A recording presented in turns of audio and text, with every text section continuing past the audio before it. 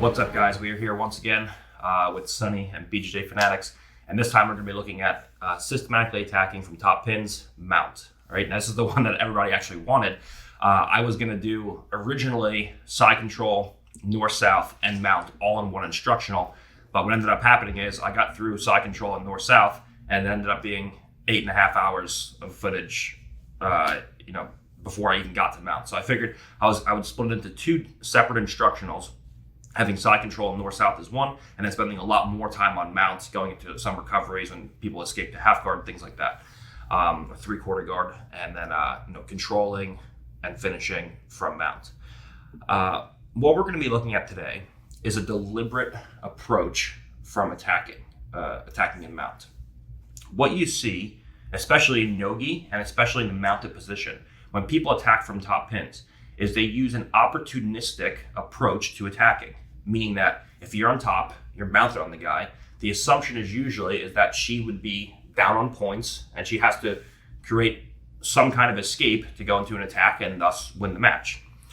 Okay, you see this a lot in IBJJF and points rule sets, okay, where the person gets overextended trying to escape. They hit a big bridge or they turn their back too much, and the person on top uses an opportunistic approach and uses the opportunity of escape to either work to a submission or positional gain, chasing their partner's back, okay?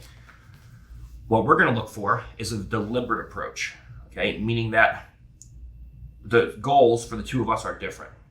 You see this a lot in the submission-only tournaments, or especially EBI tournaments, where mount means nothing. Where I pass her guard and I mount her, and she's not down on points. Maybe she's not losing, even though she's mounted. So her only goal isn't to create an escape, but it's to not get submitted. So we're going to use a deliberate approach where our opponent's not bridging and extending her arms and giving up her back. Her only goal, maybe, is to not get submitted and bring everything inside and be here. Okay, you see people fighting for minutes at a time in top mount, where their partner just is here and they're trying to do this, push the hands down, they're trying to do that, the no-gi Ezekiel, and come in here and get people to move, and guys just aren't moving their hands. Okay, so what our goal is for this entire instructional is to deliberately, systematically, and incrementally peel our partner's hands and arms away from the body, isolate limbs, work towards submission, or work towards our partner's back, okay? So instead of using an opportunistic approach where we're relying on my partner's movement towards an escape and using that opportunity to generate submissions or back exposure, we're looking to use a very deliberate approach where we're under the assumption that our partner's only goal from bottom position is just to not get submitted, or at least is a higher emphasis on not getting submitted than just trying to escape and change positions and win the match, okay? And when you start thinking about it like this, everything changes. I can't tell you how many times in competition or even in the training room I see people mount someone and you're supposed to be in one of the most dominant positions and the top guy can't make anything happen. There's no punches, there's no gi, you can't go for collar strangles, things like that. And everything, it changes a lot, right? So once again, this is the instructional everybody wanted when they heard top pin. So we're gonna go into that now because most of the time when I pass right into mount and then I either hit karagatames or arm bars or take the back or things like that. So I'm excited to get into this one. All right, so now what we're gonna do is we're just gonna go into a little overview of how the instructional is going to go, all right? I'm sure many of you have seen the top pin, side control, north-south. We ended moving from north-south back to side control. And one of the important elements of a mounted instructional is how to actually mount someone from a side control, from a position where you're past their legs, or you're past their legs already, and you have to go from side control into a mounted position, okay? In the passing instructional and systematically attacking the guard, I showed passing from a half guard into mount. So we'll go now from side control into mounted position, okay? So we're gonna first start off with side control to mount. Then we have to look at, okay, we're in mount, how do we control the mount, right? I don't wanna just mount the guy and have him either one, just escape, or even worse, escape into my legs and go right into attacking positions. So we're gonna go side control to mount, how to control mount, how to deliberately and incrementally separate limbs from the body, go into various amounts of submissions, arm bars, triangles, karagatames, things like that. And then we'll finally go into our back attacks, our seated head and arms, and attacks from there, back triangles, stuff like that. So that's going to be the format. It's side control to mount, controlling, initially stopping the escape and recovering when a partner gets close to an escape, controlling your partner, isolating limbs, attacking submissions, and then moving towards the back. All right, so now I spent a lot of time on this in the other top pins instructional, so I'm not going to spend a crazy amount of time on it, but you do need to know how to isolate your partner's arm in order to go into a mounted position. Okay, so first we're going to start off with the partner down in bottom side control, and we're going to be in here like so. Okay, she has the elbow inside of my hip, and she's fighting to get to inside position with the knee and the elbow. Okay, ultimately her goal, as we spoke about, is for her to connect her right knee and right elbow together to form this side guard position to make it difficult for me to go into any of my follow-up attacks. Okay, so my goal is initially to stop that knee and elbow connection. All right, now I have to isolate my partner's knee or arm. Now you see in Jiu-Jitsu 101 classes, people tell you to take the knee down and then come up and shelf the arm. They tell you if the elbow's too tight to switch your hips, expose the elbow, and then make a pass off and isolate the arm. Okay, this can work, but against someone who's very disciplined, this is never gonna work, okay? This will work up to a certain level, but if you have someone who's disciplined with their frames and their elbow position from bottom, it's gonna be very difficult to achieve this, okay? What's gonna happen more often is that I try to go in and isolate my partner's elbow. She just brings the elbow on top of her rib cage, and now there's no exposure. And even when I switch my hips, I can never expose my partner's elbow from here. So you read your partner. If your partner is naive and she has a wide elbow, it's a pretty easy thing for me to just come in here or switch my hips and make a pass off. But against anybody at high level, that's not going to be the case. Okay, so we use a different method. From this position, I look to start moving towards my partner's legs. The further I am towards the head, if she's an inside elbow, the easier it is for her to lock a side guard. Okay, so I always circle towards my partner's knees to point her knees away from me. So now when she goes to lock a side guard, it's not an easy thing to do. Now from here, she's an elbow inside my hip the best she can. From here, we're gonna look to take our hips, raise them up, just so that my knee can penetrate inside my partner's armpit like so. Now from here, we're just gonna slide knee to elbow, and we're gonna start to look to pin our partner's arm down towards the floor, okay? Now, as I mentioned in the side control series, if you pin your partner's arm, you're most likely looking to go into submissions, okay? Looking to come in, step over, go into triangles, things of that nature. Whereas if you shelf your partner's arm, you're most likely looking to go into a mounted position, okay? Because now your partner can't form a side guard, and when you go to raise your hips up, when she goes to bring the side guard in, you can't because her elbow's trapped. So I play a dilemma. This is where the connection is between the side control series and the mounted series. I play a dilemma game, where from here, I go over my partner's bicep with my shin, and I start to look to go to submissions, for submissions. My partner is going to do everything she can to bridge and freak out and get that arm back out from underneath. She can only go up. To get that arm out and underneath for my shin, okay? So you realize here with the shin pin, if she tries to bring her arm down towards her own body, it's impossible. She can only bridge and bring it up like so. The second I see her tricep come off the floor, I just slide my knee up and I shelf my partner's elbow up on my hip. So now I have my elbow, my own thigh, you see here. And now when she goes to start bridging and freeing that elbow, it's a very, very difficult thing to do, okay? So first one is very simple. We're in here, our partner has the inside elbow position. We just circle towards our partner's legs. Now we just pop up ever so slightly so that our knee can drive through to our partner's armpit, and we can connect our knee and elbow. So as she goes to bring that side guard in, I'm circling towards the legs. We just bring that knee inside. Now from here, when she goes to bring that arm free, it's hard to pommel. I can always get over and pin the bicep down to the floor. Now if she stays here, that's fine. I go into my submissions. So what she's always going to do is she's going to start bridging and trying to get that elbow out. And as I see the tricep slide up, I just slide my left knee up above my partner's shoulder line, and I shelf my partner's elbow on my hip. Now when she goes to move from here, It's a very difficult thing to do. And now we can start going in and start going into mounted situations. That's the first way to isolate our partner's arm, okay? The second way to isolate our partner's arm, again, I showed in the side control, is by using a pass-off method. A lot of times what happens is, she has the inside elbow position, I go to raise my hips up and take my left knee inside, and I see for whatever reason her elbow's too tight to access. Here, you see, like I just can't get my left knee in position. Whenever I see that, I use my right knee instead, okay? Because my right knee is closer to her center line and has an easier time coming inside the elbow than my left outside knee does. So from here, when she goes to keep that elbow tight, I just raise the hips, I turn my right hip down. If my right hip is turned up, she just brings her knee in, and now this is no good for me. So I always turn my right hip down, so when she goes to bring that knee in, it's not an easy thing. Now I just lean forwards, my knee comes to center line, and I just slide it out and over my partner's bicep like so. Now, as she goes to free that arm, I just take my knees together, I make a pass off, then I shin pin, and now when she goes to start bridging and bringing that elbow free, we go in and we shelf it up on the hip, and we're ready to isolate that knee or arm, okay? If you want to mount your partner, you have to understand something. You need to isolate, assuming you have a top head and arm, okay? You need to isolate your partner's near side arm, okay? You need to shelf it on the hip.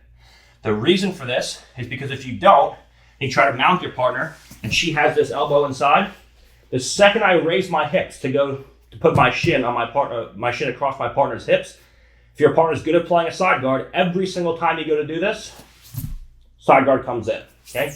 Doesn't matter what I'm doing. If her elbow's inside and her knee's in my hip, where it should be, and I go to raise my hips, even if I just try to go quick and have good knee position and get my knee inside, side guard will always come in, okay? If you have your partner's arm isolated up on your hip, now she has no ability to connect the knee and the elbow. So now I can have all the time in the world. When she goes to stop me from bringing the knee up to the belly, it's a very easy thing to get my shin across, okay? So the first thing we have to look for when we're trying to mount our partner is to negate her ability to play side guard. And we spent a lot of time on this again. To play a side guard position, where her knee and her elbow connect, and her leg and her arm form this V shape here, okay? And one of the best ways we can do this is by isolating our partner's near arm. And here we have two very good ways of doing this. We can either the first thing we can do is we can use that old school shitty method where we just go here and we isolate the arm. That'll never really work on anybody above blue belt level. Or here and use the same pass off method. Okay, a much more reliable method against very good, very talented, disciplined people is by coming up, one, and using a shin pin with my left leg, or if I feel the elbow so close to the body where I feel like the left knee just can't come in, we make a pass off. And now from here, if she stays here, she's in a dilemma. If she stays here, there's submissions. I come forward, I start stepping over and going in and locking into submissions, okay?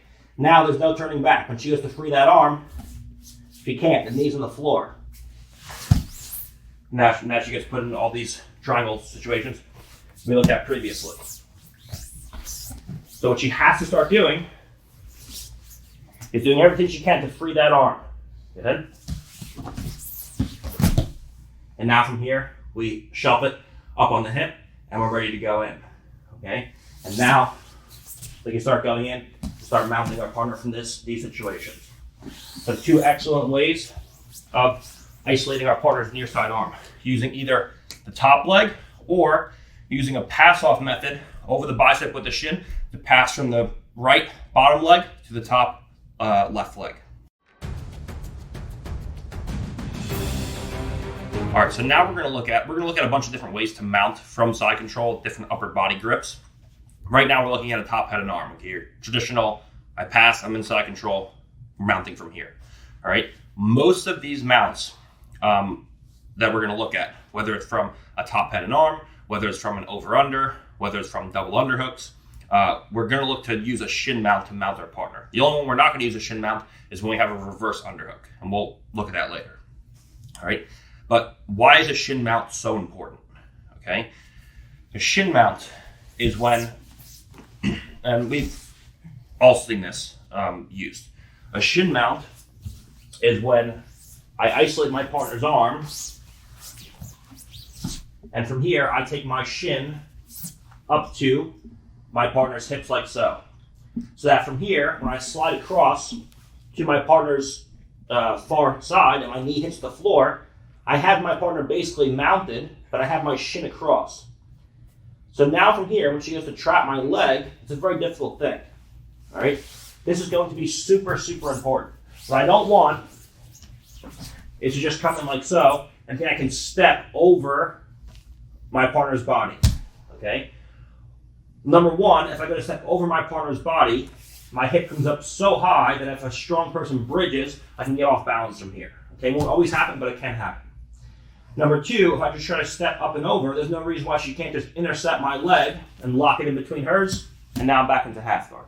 Okay, so remember, I initially kept my partner's elbow up on my hip like so. From here, I'm going to look to go in, and I'm going to look to slide my shin up and over my partner's hips like so.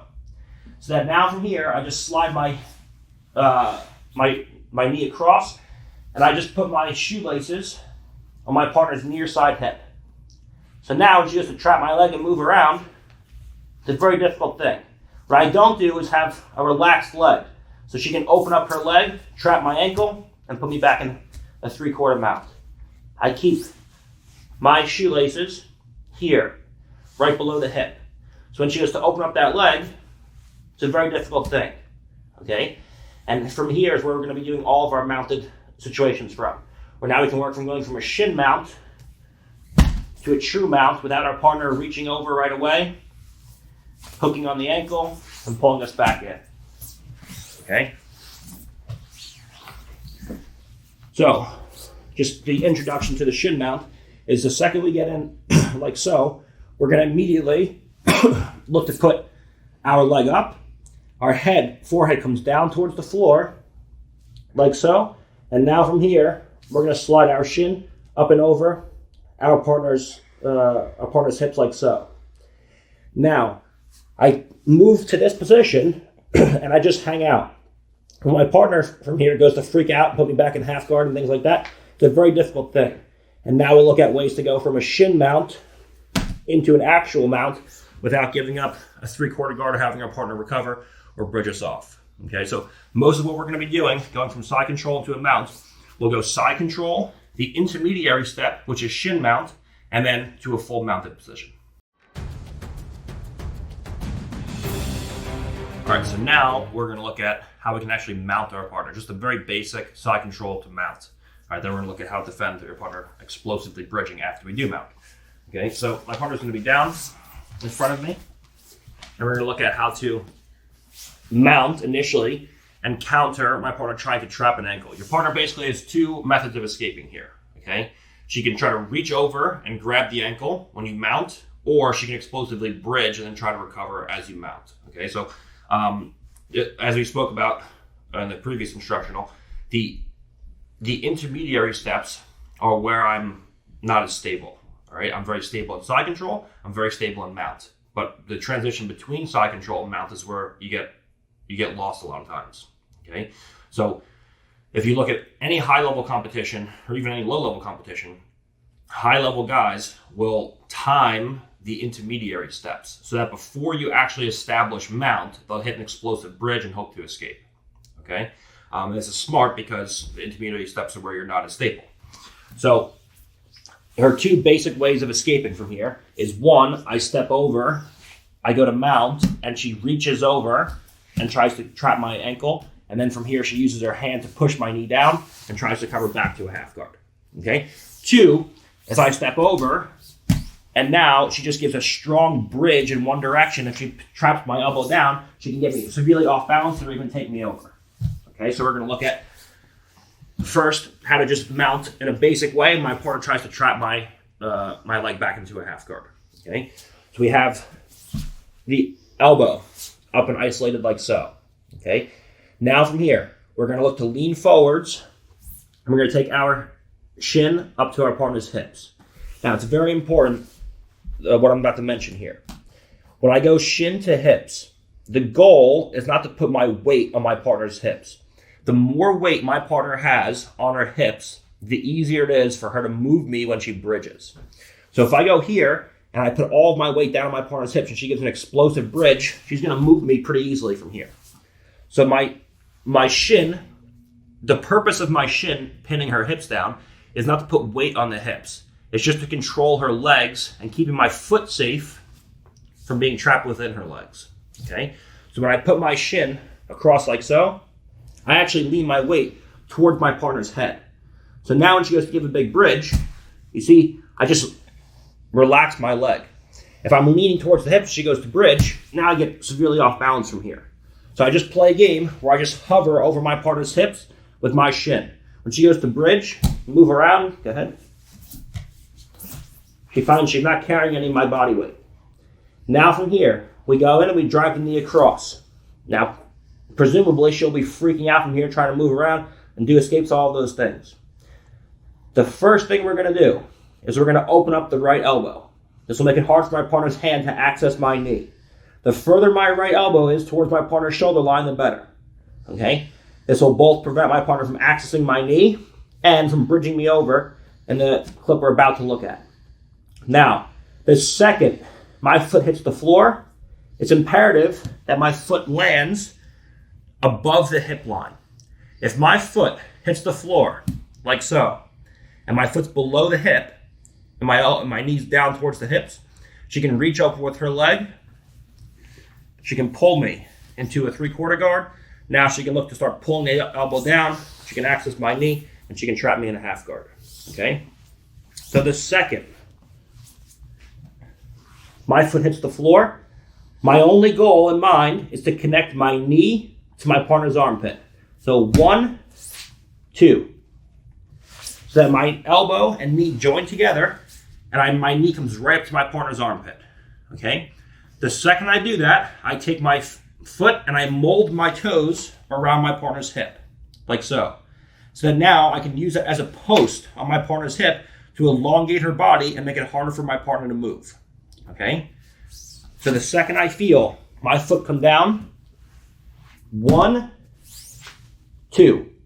So now I have a knee-elbow connection. I have my knee in my partner's armpit. And now when she goes to give a strong bridge, all of my weight is again up on my forehead, not over my partner's hips. Okay? Her elbow is isolated over her shoulder line. So when she goes to pinch my elbow down and goes to bridge me over, it's a very difficult thing to do. Okay? And from here, you just feel like you're in total control. You have isolated, both your partner's arms isolated. And now when she goes to freak out and move around, recover, trap me in half guard, it's just impossible. Okay? That's the finishing position we want to look to get to. All right, just basic mounting from the top headed arm and side control. My partner's goal is to trap my leg in half guard. Okay? We come in, we lean the weight forwards, and we get shin to my partner's hips. When she goes to start bridging and moving around from here, I feel no off balances. My knee comes down, and now from here, I focus on elevating the elbow. When she goes to bridge and move around, it's difficult. Now I slap the mat, and then I move my knee up to her armpit and join my knee and my elbow together. If I just go here, she just reaches over immediately, catches, and traps. So the second I go to mount, when she goes to trap my foot, go ahead, we come up. And now when she goes to trap that foot, it's impossible. So there's a race going on here. Okay, she can't see your foot, and she has no idea when you're going to mount. She can only feel the shin coming off the hips. Okay, so it's a smack, and then you slide up to the armpit. So my knee and elbow join together. So as we go to race, she's going to try to trap my foot, and I'm going to try to go and slide up into a high mount. Okay, we come here. She's moving around, bridging, doing whatever she wants. And from here, we're ready to go. Now, when she goes to move around, it's a difficult thing. Okay? That's just a very basic mount from side control, moving into mount in a very basic yet precise way. Okay? We've all seen everyone mounted like this, but this is how to do it on the world's best guys, all right? Emphasis on shin mounting with your weight leaning towards your forehead. I don't put my weight on my partner's hips because then when she bridges, she carries my weight and can create Kazushi much easier.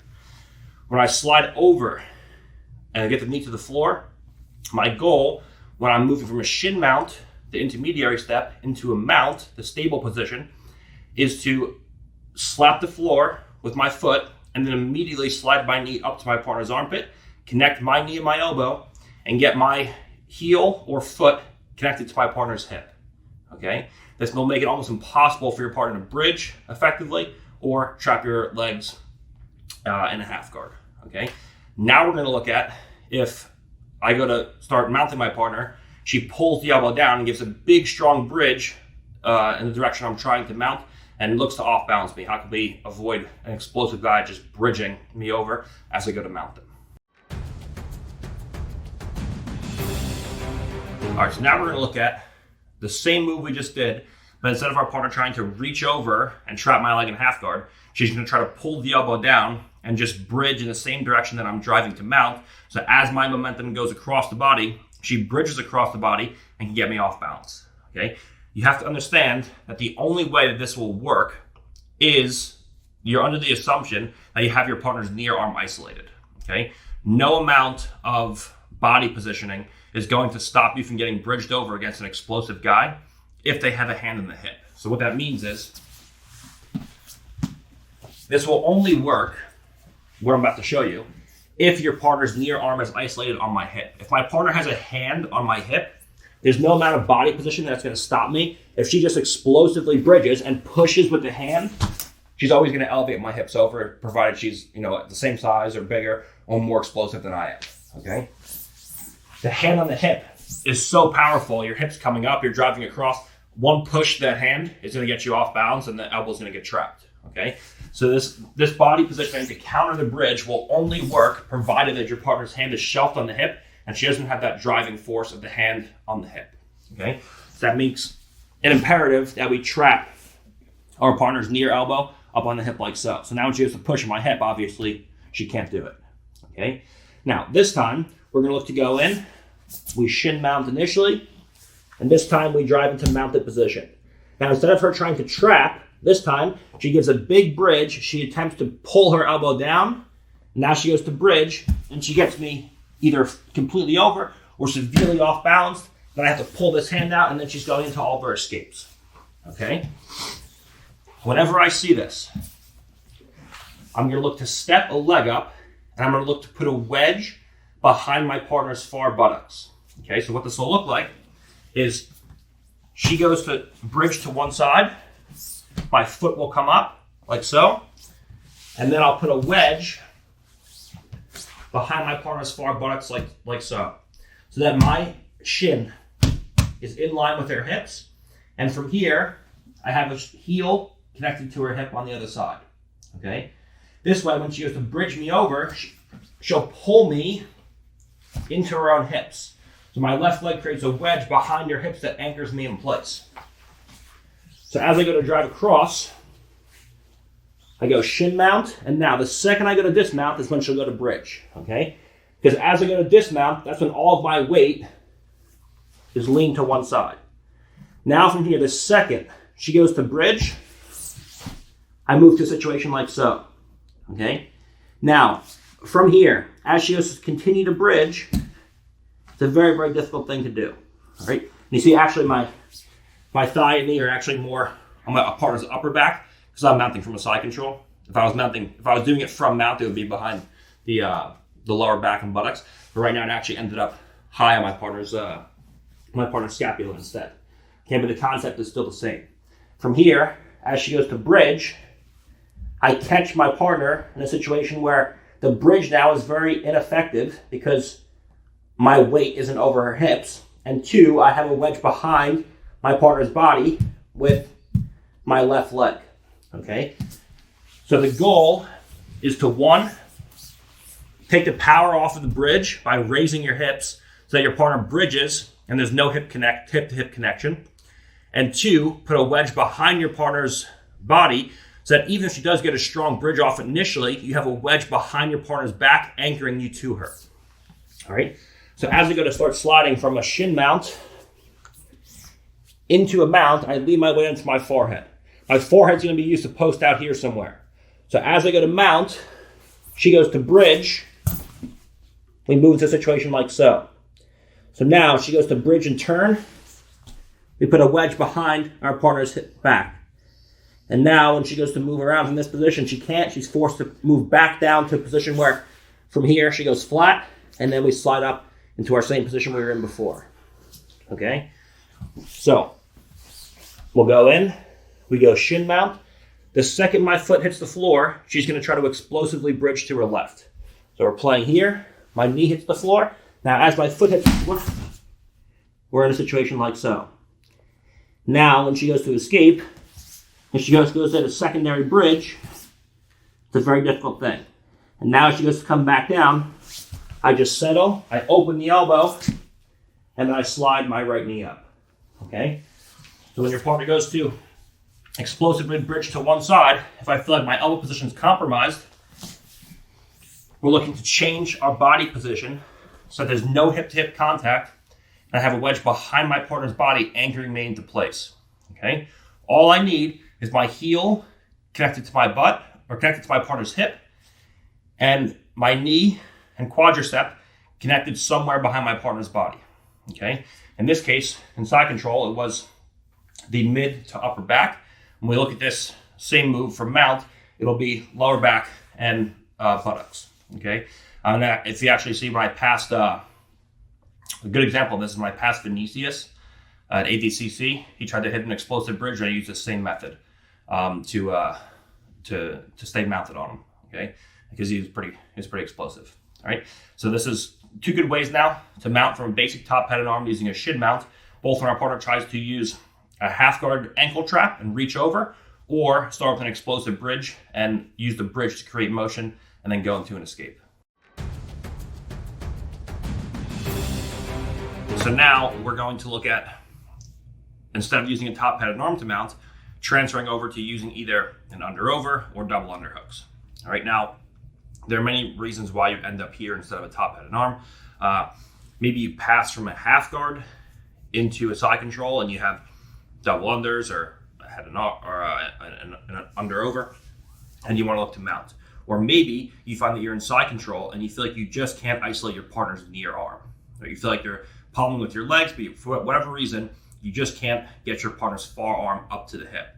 So we're going to look to go in and use our arm to isolate our partner's near side arm instead. Okay? So she's going to be down.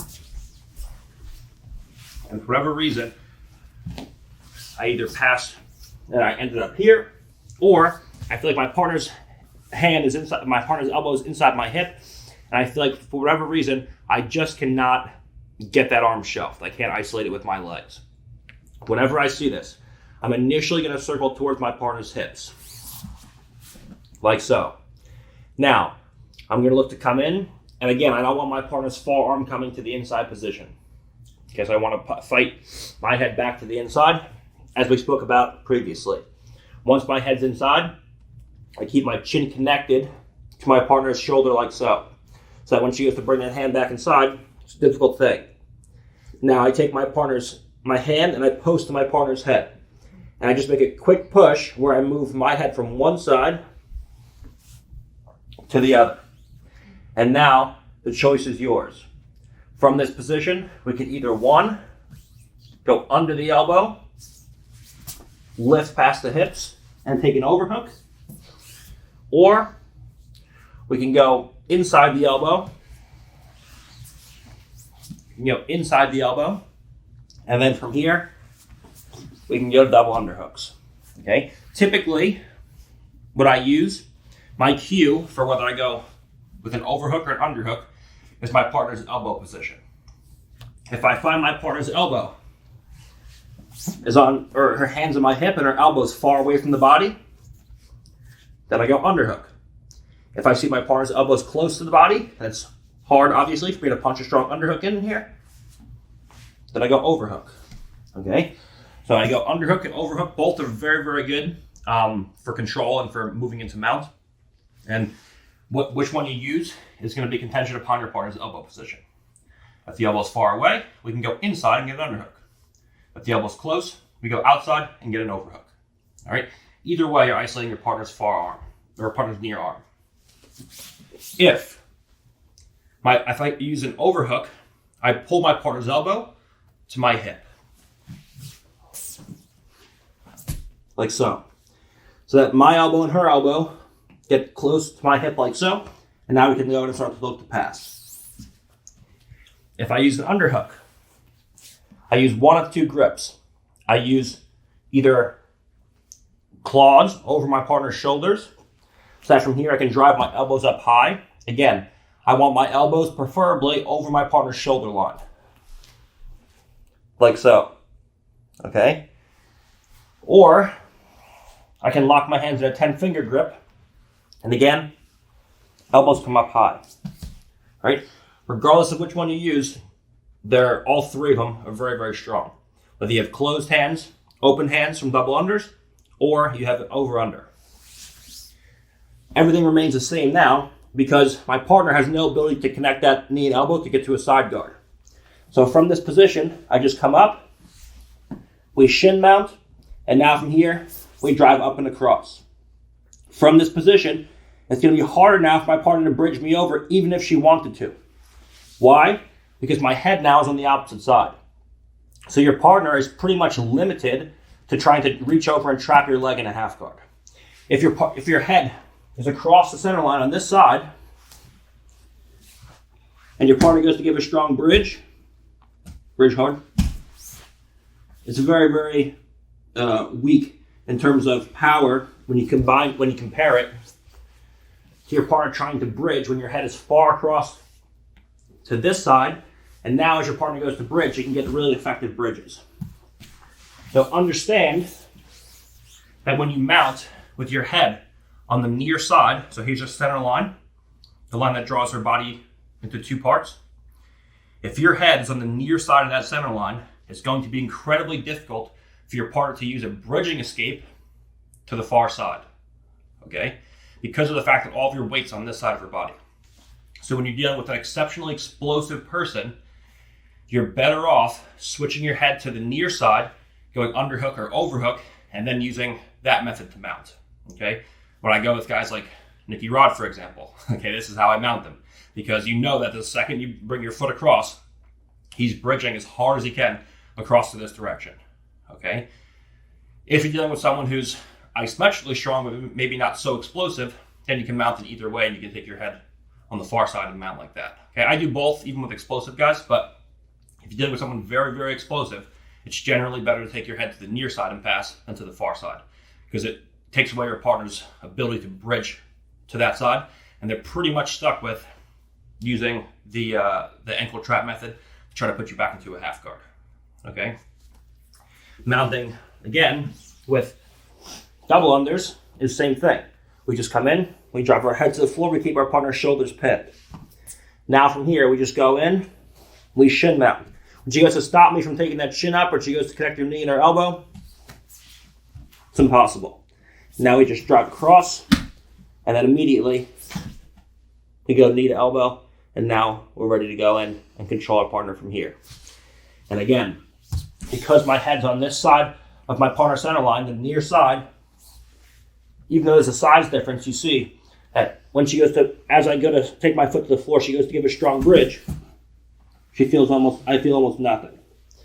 If I go to mount like so, and my head's far across on this side, the far side of the center line, now when I go to bridge, she can get strong elevations out and over to the side, okay?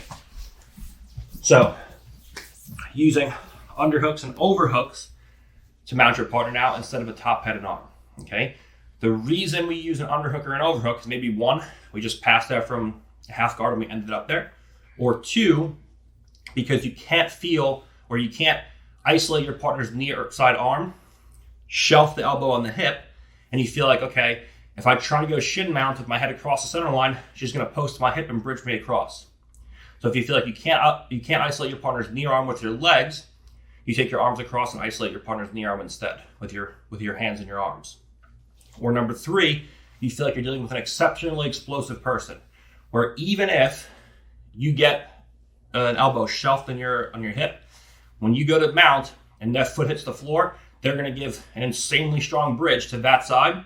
You're better off taking your head across center line to the near side, so that when you go to mount, all of your weight is leaning primarily to the near side, and it's much harder for your partner to get a strong and effective bridge over to the other side. Okay, so these 3 reasons why we would use an underhook or an overhook situation to mount versus the top head and arm. Either we pass there, number 1, we can't isolate our partner's knee arm with our legs. Number 2, or we're dealing with someone who's very, very explosive, and we're afraid of getting rolled over to the side as we mount. Number 3.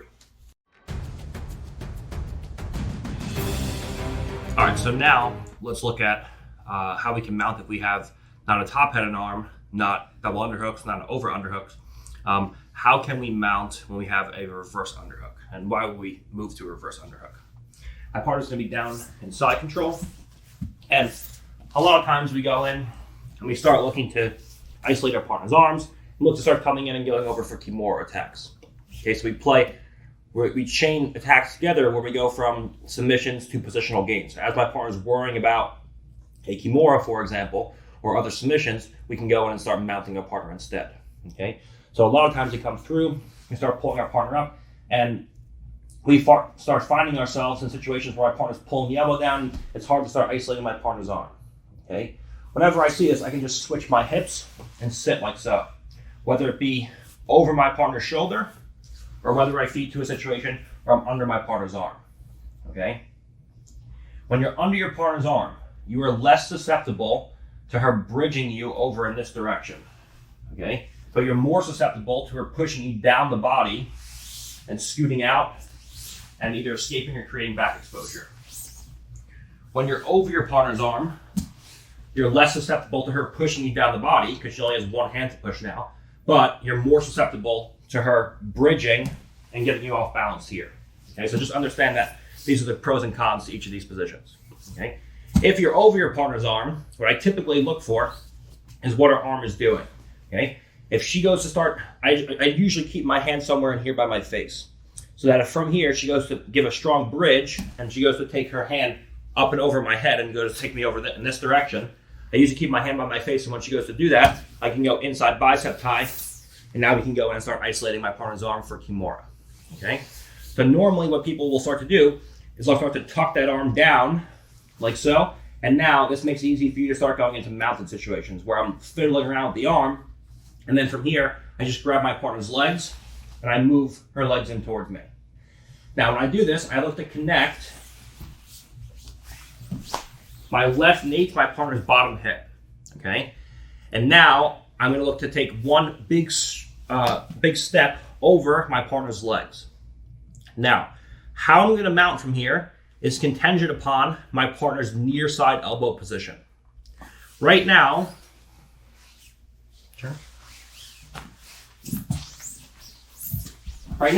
you see my partner's elbow is outside of my hips, which means that when I step over, I can now immediately take my left knee and drive it to my partner's armpit here, which means that if she tries to knee elbow escape and trap my ankle, if she tries to reach over and trap my ankle, she can't because my knee is inside my partner's armpit.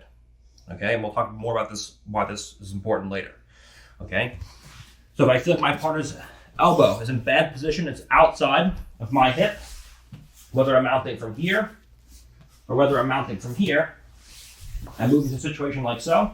I step over, I feel her elbows outside, I just drive my right knee down to the floor and slide my 2 knees up to my partner's armpits, like so.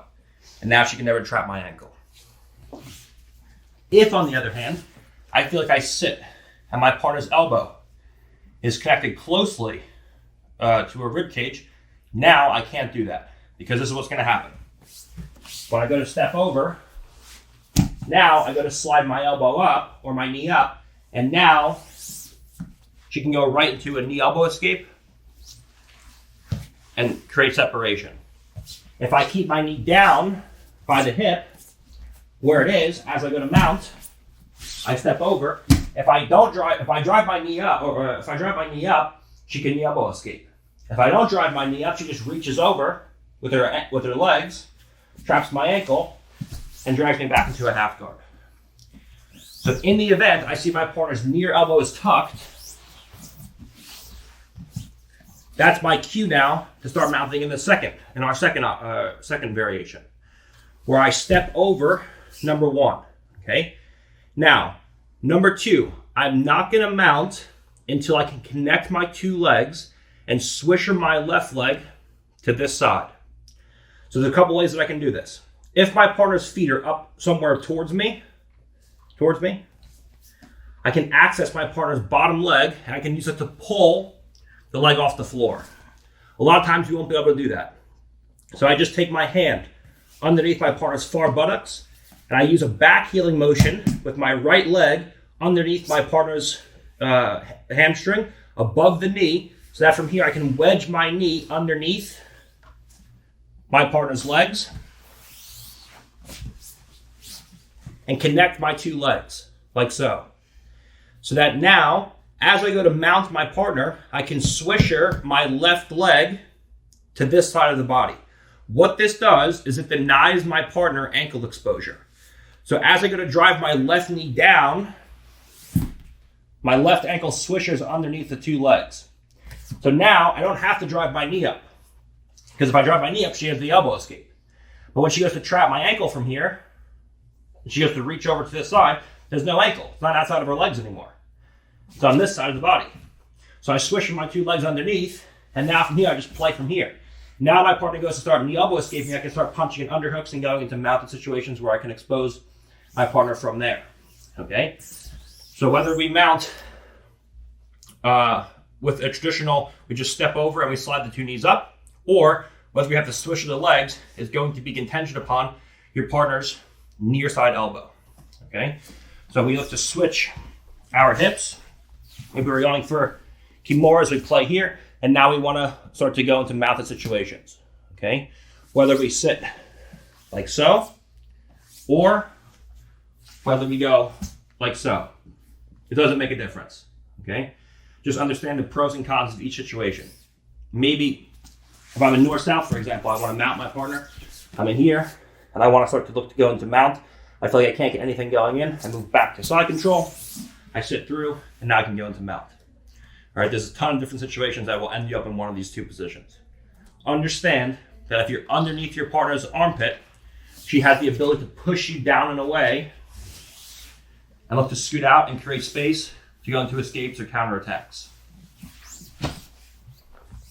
But it's almost impossible for her to bridge you over in this direction. If you're over the arm, now you have more attacks and submissions, and your partner won't be able to push you down the body, but if she gives a strong bridge, she can off-balance you, okay? So from here, I always have a hand in like so first, so if she does go to bridge, I can always expose the arm and go into my Kimura sequences, right? Regardless of whether we're here or whether we're here, we're gonna look to start playing around, and then we're gonna look to take our partner's two knees to point towards us. If I feel I have the inside hip position relative to my partner's near side elbow, we just take a big step, like so, and we just drive our left knee up to the armpit, right knee up to the armpit, and now we have the inside knee position relative to our partner's two elbows, okay? If I feel that my partner has a disciplined near side elbow position, and I feel like now, if I go to use that method, I come over, and now if I slide up, she knee elbow escapes. If I stay down to hip, she reaches over, and she drags me back into half. So whenever I see that, I take a step. If I can access my partner's bottom ankle, I catch, and now I use that to pull her bottom leg off the floor, back heel, and swish her. If I feel like I can't get to the bottom leg, then from here, I just reach underneath my partner's hamstring and buttocks like so, and now I use that same back heel where I dig with my heel underneath my partner's hamstring, and I lift her leg just enough to swish her my left leg through. If I just try to mount from here, she's going to trap my ankle. So I have to deny her ankle exposure. So from here, take a little more. So from here, I lift, I back heel, and now from here, as the knee comes down, I swish her my left leg. Now when she goes to trap that ankle, she can't. And now from here, we're ready to go into mount. When she goes to start pushing my knees down now, that gives me the ability to punch underhooks in, and now we can start driving forward towards the head and controlling our partner in a mounted situation. Okay? So whether we go reverse underhook or if we go over the arm, understand the pros and cons of both. If we're under the arm, our partner can't bridge us backwards, but they can push us down and start creating space for the knees to come in. All right? If we're over the arm, our partner can't push us down towards the legs, but you can bridge us up and over the head. But we also have the ability to attack our partner's arm with kimuras. How I'm going to mount from here is completely contingent upon my partner's near side elbow position. If she is the outside elbow position, I just step over and I look to drive my two knees to my partner's armpits. If she has the inside elbow position, I look to step over and I look to swish her my legs underneath my partner's leg to the far side so that as I mount, my partner has no ability to expose my ankle to trap it in half guard. Okay? If I just use the traditional step over method and I try to slide my leg up, she knee elbow escapes. If I realize that the knee elbow escape is there and I keep my knee by her hip and I don't drive the knee up, then she just reaches over and traps my ankle. So if she has the inside elbow position, it's super, super important to swish the legs before you mount. Okay? This is how you're going to be effective against high-level guys. All right? So mounting both from a situation where we're over the arm or with a reverse underhook and having a very specific, being very specific on how we mount depending on our partner's near side elbow position.